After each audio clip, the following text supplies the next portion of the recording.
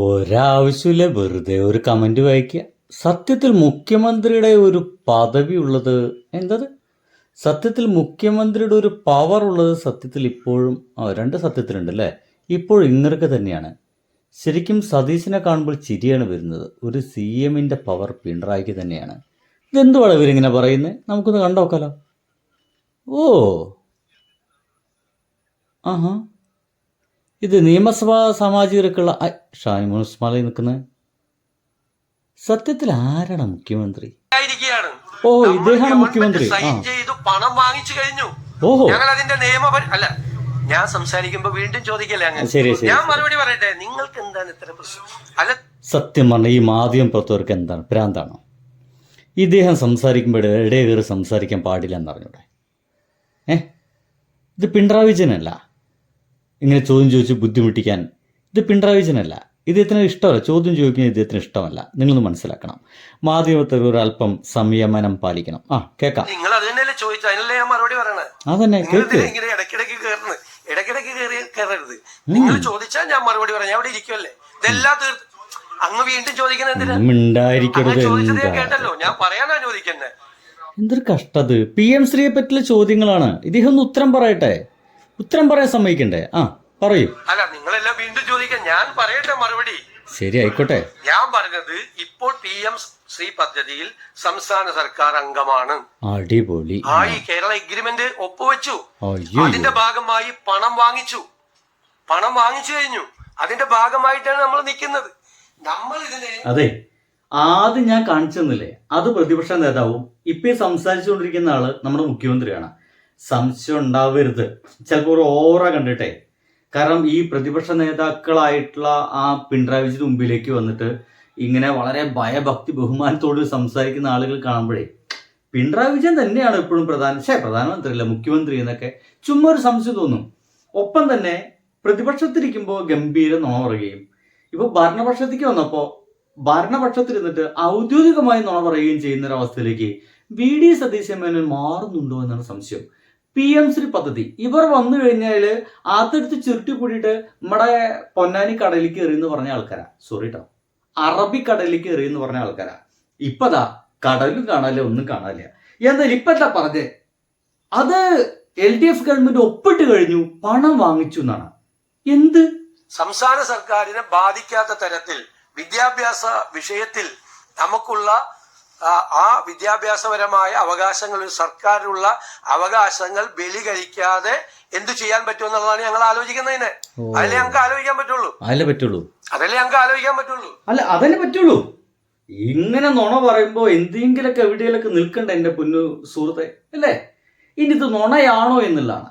അതായത് PM-ശ്രീ പദ്ധതിയിൽ ഒപ്പിട്ട് പണം വാങ്ങിച്ചു എന്നാ പറയുന്നത്. അപ്പൊ ആ PM-ശ്രീ പദ്ധതി ഒപ്പിട്ടതെന്ന് പറയപ്പെടുന്ന ആളാരാ? മുൻപത്തെ ഒരു വിദ്യാഭ്യാസ മന്ത്രിയല്ലേ? നമുക്ക് അദ്ദേഹത്തോടൊന്ന് കാര്യം ചോദിച്ചു നോക്കാം. എന്താ അവസ്ഥ? സത്യമായി യാതൊരു ബന്ധവുമില്ല.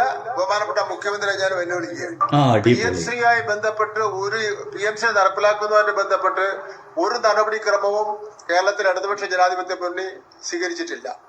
PM-ശ്രീ ഒരു സംസ്ഥാനം നടപ്പിലാക്കണമെങ്കിൽ 3 ഏറ്റവും പ്രധാനപ്പെട്ട നടപടിക്രമങ്ങൾ പൂർത്തീകരിക്കേണ്ടതായിട്ടുണ്ട്. ഒന്ന്, നടപ്പിലാക്കുന്ന സ്കൂളുകളെ സംബന്ധിച്ചിടത്തോളമുള്ള ലിസ്റ്റ് കേന്ദ്ര ഗവൺമെന്റ് കൊടുക്കണം. അത്തരത്തിലുള്ള ഒരു 2-3 ഇനങ്ങളുണ്ടല്ലോ പത്രങ്ങളിൽ വന്നല്ലോ. അത് ഒരു നടപടികളും സ്വീകരിച്ചിട്ടില്ല. SSK ഫണ്ട് കിട്ടുന്നതിന് വേണ്ടി ഒരു താൽക്കാലികമായ ഒരു അറേഞ്ച്മെന്റ് ഉണ്ടാക്കി. അത് CPI മുന്നണിയിൽ തർക്കം ഉണ്ടായി. അതിന്റെ അടിസ്ഥാനത്തിൽ എഗ്രിമെന്റിൽ നിന്ന് വിഡ്രോ ചെയ്തതായിട്ടും കെപ്റ്റൻ അബൈൻസിൽ വെക്കുന്നതായിട്ടും അത് ക്യാബിനറ്റിന്റെ തീരുമാനമാണെന്നും ക്യാബിനറ്റ് ഒരു സബ് കമ്മിറ്റി ചുമതലപ്പെടുത്തിയെന്ന് പറഞ്ഞ് ഞങ്ങൾ കത്ത് കൊടുത്തിട്ടുണ്ട്. അവിടെ കേരളത്തിൽ ഇടതുപക്ഷ ജനാധിപത്യ മുന്നണി ഗവൺമെന്റ് PM-ശ്രീ നടപ്പിലാക്കാൻ വേണ്ടി തീരുമാനിച്ചിട്ടില്ല. പൊതുവിദ്യാഭ്യാസ രംഗം കേരളത്തിൽ നിന്ന് PM-ശ്രീയിൽ പറയുന്ന കാര്യങ്ങൾ നടപ്പിലാക്കേണ്ട ഒരു സാഹചര്യവും നിലനിൽക്കുന്നില്ല. കൃത്യമായിട്ട് പറയുന്നുണ്ട്. SSK ഫണ്ട് കിട്ടാൻ വേണ്ടിയിട്ടാണ് അന്ന് ഏർപ്പാടുകൾ നടത്തിയെന്നുള്ളത്. നമുക്ക് വേണമെങ്കിൽ അതിന്റെ രേഖ ഒന്ന് നോക്കാം കേട്ടോ. ഇത് നോക്കി. അങ്ങനെ ഒരു കത്ത് പോയിട്ടില്ല. പിന്മാറാൻ വേണ്ടിയിട്ടുള്ള ഒരു കത്ത് ഇവിടെ പോയിട്ടില്ല. ഈ കത്ത് ഏതാണ്? കേന്ദ്രത്തിന് കഴിഞ്ഞ തവണ ഒരു കത്ത് നൽകിയെന്ന് മുൻ വിദ്യാഭ്യാസ മന്ത്രി ശിവൻകുട്ടി പറഞ്ഞു. അങ്ങനെ ഒരു കത്ത് പോയിട്ടില്ല. പിന്മാറാൻ വേണ്ടിയിട്ടുള്ള ഒരു കത്ത് ഇവിടെ പോയിട്ടില്ല. പിന്മാറാൻ വേണ്ടി കൃത്യമായിട്ടും ഒരു കത്ത് നമ്മുടെ മുമ്പിൽ ഇരിക്കെ PM-ശ്രീ പദ്ധതിയിൽ ഒരു കാരണവശാലും ഒപ്പിടില്ല എന്നുള്ളത് ഒരു സംശയമില്ല. LDF ഈ പരിപാടിക്ക് നിൽക്കില്ല, എന്നാൽ UDF ഈ പരിപാടിക്ക് നിൽക്കും. എനിക്ക് UDF-കാരോടൊക്കെ പറയുന്നത് ഏതെങ്കിലുമൊക്കെ പദ്ധതി നടപ്പിലാക്കാതിരിക്കുക എന്നല്ല, അല്ലെങ്കിൽ എന്തെങ്കിലുമൊക്കെ പദ്ധതി എങ്ങനെയെങ്കിലും ഈ ഒരു BJP-ക്കാരുടെ കയ്യിൽ നിന്ന് എന്തിനും അടിമപ്പെട്ട് വാങ്ങിച്ച് നടപ്പിലാക്കുക എന്നുള്ള അല്ല ഒരു ഗവൺമെന്റിനെ മുന്നോട്ട് കൊണ്ടുപോകുക എന്ന് പറയുന്നത്.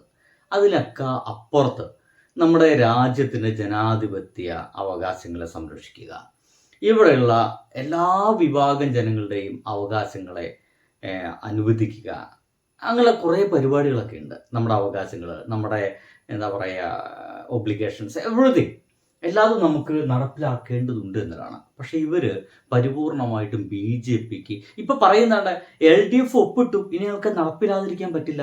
LDF ഒപ്പിട്ടിട്ടില്ല. ഒപ്പിടണമെങ്കിൽ ഇപ്പോൾ ഇദ്ദേഹം പറഞ്ഞ മാതിരി എന്തൊക്കെ വേണം? ഇവിടുത്തെ സ്കൂളുകളെ ലിസ്റ്റ് കൊടുക്കണം, എത്രത്തോളം സ്കൂളുകൾ ഈ പദ്ധതി പ്രകാരം പ്രശ്നവിരുദ്ധമാണ് എന്നുള്ള ലിസ്റ്റ് കൊടുക്കണം. ഇതൊന്നും കൊടുത്തിട്ടില്ല. അങ്ങനത്തെ ഒരു പ്രോട്ടോക്കോളും പാലിച്ചിട്ടില്ല. പക്ഷേ SRK ഫണ്ട് കിട്ടാൻ വേണ്ടിയിട്ടുള്ള ഏർപ്പാടുകൾ ചെയ്തിട്ടുണ്ട്. അത് കൃത്യമായിട്ടും പഴയ വിദ്യാഭ്യാസ മന്ത്രി പറയുന്നുമുണ്ട്. വേണമെങ്കിൽ ഒന്നുകൂടെ കേട്ടോളൂ. സത്യമായി യാതൊരു ബന്ധവുമില്ല. ബഹുമാനപ്പെട്ട മുഖ്യമന്ത്രി ഉണ്ടല്ലോ, പത്രങ്ങളിൽ വന്നല്ലോ, അത് ഒരു നടപടികളും സ്വീകരിച്ചിട്ടില്ല. SSK ഫണ്ട് കിട്ടുന്നതിന് വേണ്ടി ഒരു താൽക്കാലികമായ ഒരു അറേഞ്ച്മെന്റ് ഉണ്ടാക്കി. അത് CPI മുന്നണിയിൽ തർക്കമുണ്ടായി. അതിന്റെ അടിസ്ഥാനത്തിൽ എഗ്രിമെന്റിൽ നിന്ന് വിഡ്രോ ചെയ്തതായിട്ടും കെപ്റ്റിൻ അബൈൻസിൽ വെക്കുന്നതായിട്ടും അത് ക്യാബിനറ്റിന്റെ തീരുമാനമാണെന്നും ക്യാബിനറ്റ് ഒരു സബ് കമ്മിറ്റി ചുമതലപ്പെടുത്തിയെന്ന് പറഞ്ഞ് ഞങ്ങൾ കത്ത് കൊടുത്തിട്ടുണ്ട്. ആ കത്താണ് കുറച്ചു മുമ്പ് നിങ്ങൾ കണ്ടത്. ഇവിടുന്ന് ഗവൺമെന്റ് കത്ത് അയച്ചിട്ടുണ്ട്.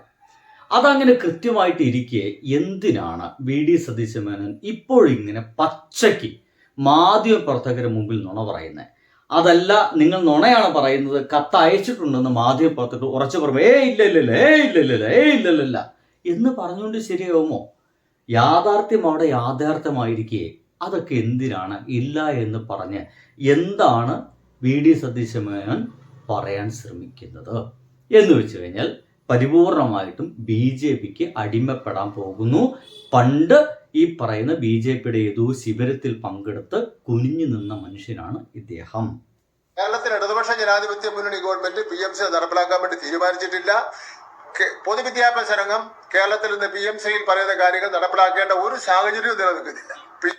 ബന്ധപ്പെട്ട് സ്വീകരിക്കേണ്ട നടപടിക്രമങ്ങളുണ്ടല്ലോ, അതിൽ ഒരു നടപടിക്രമങ്ങൾ പോലും പൂർത്തീകരിച്ചിട്ടില്ലെന്ന് മാത്രമല്ല, PMC നടപ്പിലാക്കേണ്ട സ്കൂളുകളുടെ എണ്ണം പോലും കൊടുത്തിട്ടില്ല. PMC-യുടെ പേരിൽ 1 രൂപയുടെ കാശ് പോലും കേന്ദ്ര ഗവൺമെന്റിൽ നിന്ന് കേരളത്തിലെ ഇടതുപക്ഷ ജനാധിപത്യ മുന്നണി ഗവൺമെന്റ് വാങ്ങിയിട്ടില്ല.